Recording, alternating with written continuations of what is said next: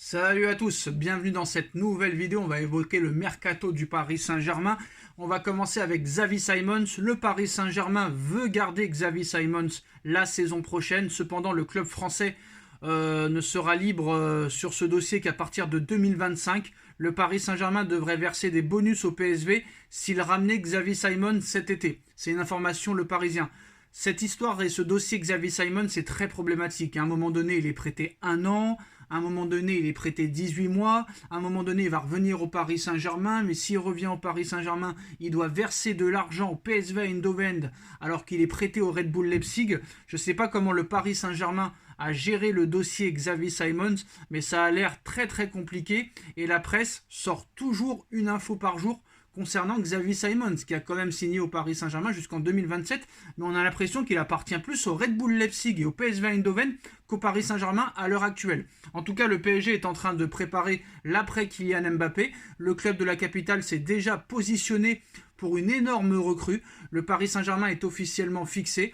La semaine dernière, Kylian Mbappé a annoncé à Nasser Al-Khelaifi qu'il quitterait le club français libre à l'issue de l'exercice 2023-2024, même si rien n'est officiel à l'heure actuelle. Cela n'a pas vraiment été une surprise pour Nasser Al-Khelaifi, cela n'a pas vraiment été une surprise pour le boss parisien, qui s'était fait à l'idée depuis l'été dernier, lorsque Kylian Mbappé a envoyé une lettre dans laquelle il a indiqué qu'il ne lèverait pas son option pour prolonger jusqu'en 2025, malgré quelques tentatives de la direction parisienne ces derniers mois. Le choix du capitaine des Bleus est fait, même s'il n'a pas encore signé. Après 7 ans au Paris Saint-Germain, Mbappé va sûrement s'envoler pour Madrid, où il va jouer au sein du club de ses rêves.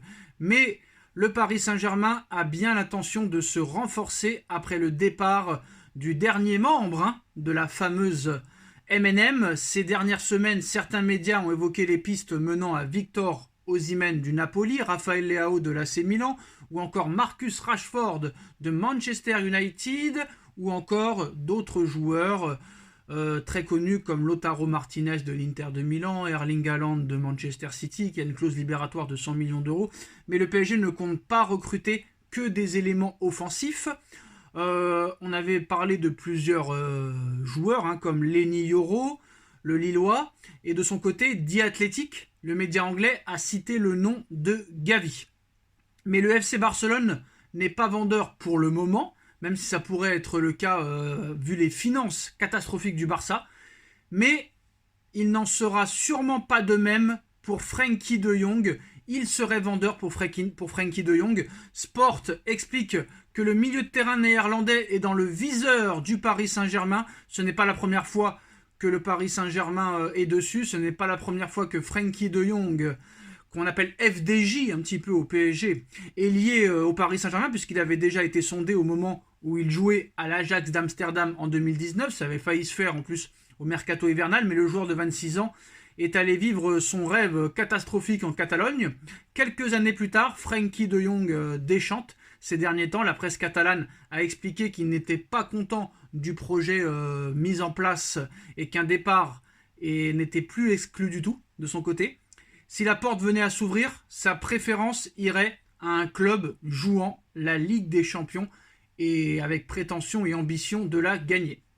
Ce qui est le cas du Paris Saint-Germain. Sport explique que le Paris Saint-Germain étudie très sérieusement cette piste et sont disposés, c'est pas il serait, le PSG est disposé à investir au minimum 60 millions d'euros pour Frenkie de Jong, une somme qui est aussi celle que compte proposer Tottenham pour le néerlandais, qui est courtisée aussi par Manchester United, mais le Paris Saint-Germain, qui a aussi son ancien coéquipier et compatriote Mathys de Ligt dans le viseur, a de grandes chances toutefois de finaliser l'arrivée de Frenkie de Jong. Il faudra proposer cette somme au FC Barcelone, qui pourrait en demander plus. Le FC Barcelone va sûrement demander le maximum possible pour Frenkie de Jong. Le PSG est prévenu, que ce soit Tottenham, Manchester United, le Paris Saint-Germain ou un autre club, c'est celui qui mettra le plus d'argent sur la table qui remportera la victoire. Là, je pense que Johan Laporta, le président du Barça, et Deco, le directeur sportif, n'auront plus aucun remords, j'ai envie de vous dire. Là, très clairement, il y a des gros problèmes financiers, il y a des dettes colossales au FC Barcelone et il faut absolument vendre, quoi qu'il en soit, l'été prochain. Alors, en ce qui concerne Joshua Kimmich envisage de quitter le Bayern de Munich cet été. Sa relation avec Thomas Tuchel est rompue. Le joueur a senti un manque de considération à plusieurs reprises toute cette saison, alors qu'il était le bras droit de l'ancien coach du Bayern de Munich, maintenant sélectionneur de la Mannschaft de l'Allemagne, Julian Nagelsmann, sur le terrain avant. Joshua Kimmich est en fin de contrat en 2025 avec le Bayern de Munich. Et quand tu ne prolonges pas au Bayern de Munich, le Bayern de Munich te vend directement. Ça a été le cas de Lewandowski, ça a été le cas de Lucas Hernandez, ce sera le cas d'Alphonso Davies cet été. Et sûrement de Joshua Kimmich, donc ça va être encore une page qui se tourne pour le Bayern de Munich. Et le PSG est à fond là-dessus. Alors, les priorités de Luis Campos sont déjà définies pour le mercato d'été. Bernardo Silva, Victor Osimhen, Joshua Kimmich, Leny Yoro. Reste maintenant à confirmer que Luis Campos restera bien au Paris Saint-Germain. C'est actuellement la tendance, mais tout peut aller très très vite. On a vu que le Real est dessus. Frenkie de Jong, Gavi au milieu de terrain. Quelle serait la meilleure recrue au milieu de terrain? Je pense qu'au milieu de terrain, il faudrait au moins deux milieux. De Jong, c'est pas exceptionnel. Moi, franchement, je préférais un Guimarães ou un Kimmich plutôt qu'un De Jong à l'heure où on parle. Parce que De Jong, depuis un an ou deux, il est aux abonnés absents. Mathis de Ligt dans l'axe ou Leny Yoro. Alors moi, Joshua Kimmich, je le voudrais absolument. Pourquoi? Parce que Joshua Kimmich, non seulement peut jouer au milieu de terrain, mais latéral droit. Donc Joshua Kimmich est très polyvalent. Tout comme Rodrigo devant, ça serait vraiment assez exceptionnel. Bernardo Silva aussi. Moi, franchement, Bernardo Silva, Joshua Kimmich, c'est des joueurs très, très, très polyvalents que tu peux utiliser à plusieurs postes. Donc, je pense que ce serait plus intéressant d'aller sur ces deux milieux-là plutôt qu'un Gavi, par exemple, même si Gavi, il est exceptionnel. Mais voilà, en premier, franchement, je mettrais Kimmich et Bernardo Silva. En troisième, je mettrais Guimarães et en quatrième, De Jong. Est-ce que 2 sur 4 viendront? Est-ce que 1 sur 4 viendront? On ne sait pas, mais en tout cas, le Paris Saint-Germain, que ce soit en défense centrale, au milieu de terrain ou en attaque, cible du très très lourd pour la saison prochaine qui risque d'être un mercato intéressant. Mais d'abord, il y a une fin de saison intéressante.